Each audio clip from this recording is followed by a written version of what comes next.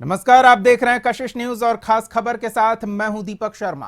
दिल्ली की सत्ता हासिल करने के लिए सियासी चाल तेजी से चली जा रही है। किसी की झोली भर रही है तो कोई हिस्सेदारी का इंतजार कर रहा है। दिल्ली से बिहार झारखंड तक कैसे पल पल बदल रही है सियासत, वो हम आपको दिखाएंगे। साथ ही जानेंगे आगे किसके सामने क्या है विकल्प।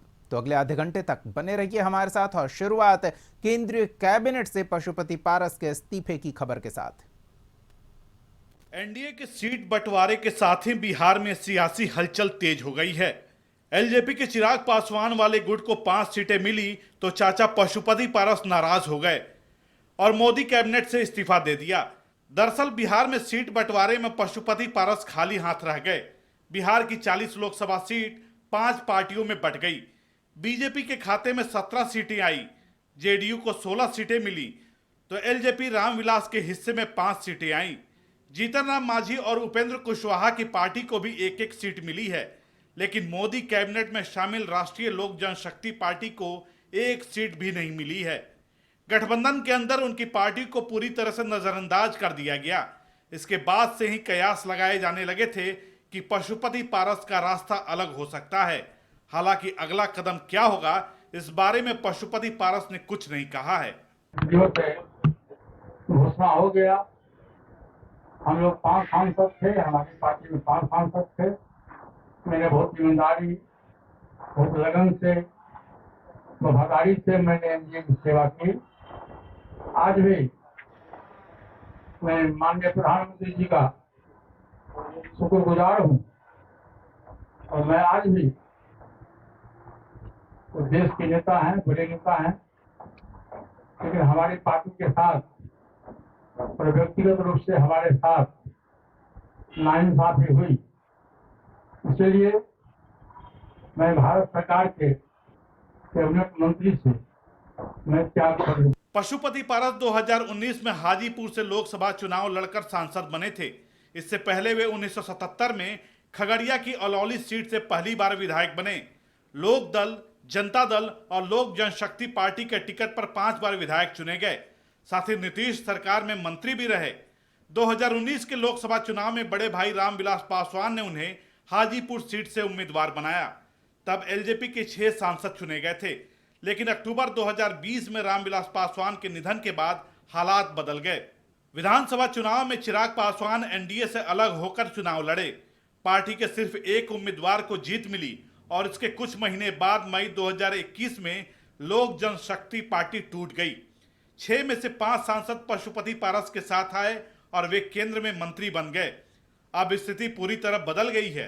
तब चिराग पासवान अकेले थे, अब पशुपति पारस अकेले रह गए हैं और एनडीए नेताओं के सुर भी बदल गए हैं। देखिए, देश के प्रधानमंत्री माननीय नरेंद्र मोदी जी ने पशुपति बाबू को कितना सम्मान दिया है। लंबे समय तक कैबिनेट में मिनिस्टर रहे हैं और जब उन्हीं के भतीजे का, जिसका हक भी बनता था, उनके पिताजी के जाने के बाद उत्तराधिकारी थे, उनको छोड़ के इनको सम्मान मिलते रहा।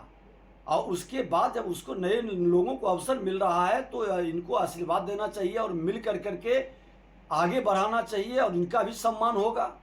देश के प्रधानमंत्री नरेंद्र मोदी जी पुराने का भी स्वागत करते हैं, नए का भी अभिनंदन करते हैं, पुराने को सम्मान भी देते हैं और भारतीय जनता पार्टी सबको लेके चलती है। और भारतीय जनता पार्टी देश के प्रधानमंत्री नरेंद्र मोदी जी के नेतृत्व में सबका भविष्य सुरक्षित है और सबका भविष्य सुंदर और बेहतर है। मुझे जानकारी मिली है, ये सारा विषय हमारे केंद्रीय नेतृत्व का है। केंद्रीय नेतृत्व सारे विषयों को देख रहा है। बीजेपी पर आरोप लग रहे हैं, आरजेडी भी कर रही है कि धोखा, बीजेपी का यही चरित्र है, धोखा दिया जाता है। ये पूरे एनडीए जो देश में आज एक एक राज्य में एक एक सहयोगी के साथ किस सम्मान के साथ भारतीय जनता पार्टी और एनडीए व्यवहार कर रही है, सबको जोड़ रही है, सबको साथ में लेकर चल रही है, ये पूरा देश और देश के राजनीतिक दल देख रहे हैं। ये मुझे लगता है उनको आरोप नहीं लगाना चाहिए, इसलिए कि भारतीय जनता पार्टी, माननीय प्रधानमंत्री जी ने उनको काफ़ी सम्मान दिया, पार्लियामेंट पहुँचे और भारत सरकार में उनको मंत्री बनाया गया। तो इससे बड़ा सम्मान मनुष्य के लिए कम ही लोगों को इस तरह का सौभाग्य प्राप्त होता है जो उनको सौभाग्य प्राप्त हुआ है। और मुझे लगता है कि उनको आदरणीय प्रधानमंत्री जी का एहसानमंद होना चाहिए कि इतना बड़ा सम्मान उनको मिला। बाकी आगे फैसला लेना उनका काम है। मुझे लगता है कि कहीं कोई गड़बड़ी नहीं होनी चाहिए। उनको सम्मान पाना है तो एनडीए में रहेंगे तो निश्चित रूप से सम्मान मिलेगा। चाचा भतीजे के विवाद की एक बड़ी वजह हाजीपुर लोकसभा सीट भी रही, जहां से रामविलास पासवान 9 बार सांसद रहे। 2019 में रामविलास पासवान ने पशुपति पारस को हाजीपुर सीट दी, लेकिन पार्टी में टूट के बाद इस सीट को लेकर खूब बयानबाजी हुई। चिराग पासवान हाजीपुर सीट पर अपना दावा जताते रहे तो पारस खुद को रामविलास पासवान का राजनीतिक वारिस बताते रहे और किसी भी हाल में इस सीट को छोड़ने से इनकार कर दिया था। मैं लड़ूंगा हाजीपुर से चुनाव, ये हमारा अधिकार है। मैं हाजीपुर का सांसद हूँ, मैं भारत सरकार का कैबिनेट मिनिस्टर हूँ, मेरा अधिकार है। मैं एनडीए का पुराना सहयोगी हूँ और विश्वासी सहयोगी हूँ। मैं लड़ूंगा हाजीपुर से, दुनिया की कोई ताकत नहीं रोक सकता। पशुपति पारस ने केंद्रीय मंत्री पद से इस्तीफा दे दिया है। एनडीए से अलग होने पर कुछ नहीं कहा है। सवाल है कि उनके पास विकल्प क्या है। पहला रास्ता यह है कि एनडीए छोड़कर इंडिया गठबंधन के साथ जाएं, जबकि दूसरा विकल्प यह है कि एनडीए में ही रहें और इंतजार करें। मुश्किलें यह है कि अगर चुनाव के वक्त कुछ हासिल नहीं कर सके तो फिर कोई पार्टी भाव क्यों देगी। ये सहयोगी दलों के बयान से भी साफ है, जो अभी से ही किनारा कर रहे हैं। पार्टी ने उनके क्षेत्र में जहां से लड़ना चाहते हो वहां से दूसरे उम्मीदवार अच्छे मिल गए हों, इसलिए पार्टी का निर्णय तो सर्वोपरि होता है और ये निर्णय लिया गया है और दो खेमे में लोग बंटे हुए थे, तो इनको पार्टी ने समझा कि इनसे बेहतर दूसरा खेमा ही होगा और अंदरूनी बात तो मैं नहीं जानता हूँ क्या, लेकिन पार्टी ने सम्मान उनको बहुत दिया है। पशुपति पारस जी का भविष्य अपना तय करने का उनको अपना अधिकार है, खुद अपना तय करेंगे। लेकिन यहाँ हमारे जो एनडीए है, एनडीए पूरे मजबूती के साथ चुनाव लड़ रही और बहुत सारे पहलुओं पर विचार विमर्श करने के बाद, मंथन करने के बाद ये शीर्ष नेतृत्व ने फैसला लिया है।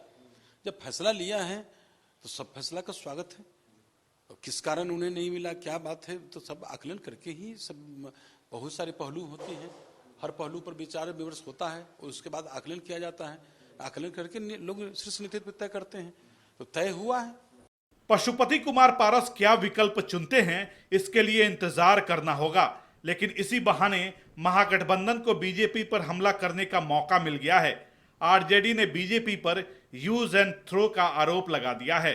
अब देश की जनता से मैं अपील करूंगा कि बीजेपी का यही रवैया रहा है, किसी को चढ़ा देना, किसी को जमीन में गाड़ देना। जिस तरह से पशुपति कुमार पारस पार्टी को तोड़कर बीजेपी का साथ दिए थे, आज पशुपति कुमार पारस का क्या हाल हुआ, ये देश की जनता भी देख रही है कि बीजेपी केवल अपने पद के लिए, अपने सत्ता के लिए कुछ भी कर सकती है। आज पशुपति कुमार पारस किसी लायक नहीं है। भारतीय जनता पार्टी खासकर अमित शाह और नरेंद्र मोदी की नीति रही है कि फूट करो और राज डालो। पहले उन्होंने चिराग पासवान और पारस जी को अलग कर दिया, अब पारस जी को इस्तेमाल करके उनका टिकट काट दिया, तो इस्तीफा देना तो स्वाभाविक था। लेकिन उससे भी बड़ी बात है कि जिस उपेंद्र कुशवाहा को 2019 के लोकसभा चुनाव में महागठबंधन ने 5 सीटें दी थी, उस उपेंद्र कुशवाहा को मात्र 1 सीट दिया जा रहा है। जिस जीतन राम मांझी को हमने पिछली बार 3 सीटें दी थी, उनको 1 सीट इन्होंने दिया है। चुनाव का बिगुल बज चुका है, सियासी बिसात पर चाल चली जा रही है। किसका साथ फायदेमंद है और किसके साथ रहने या नहीं रहने से कोई फर्क नहीं पड़ने वाला। गुणा गणित लगाया जा चुका है। पारस का अगला कदम क्या होता है, इसके लिए इंतजार करना होगा। ब्यूरो रिपोर्ट, कशिश न्यूज।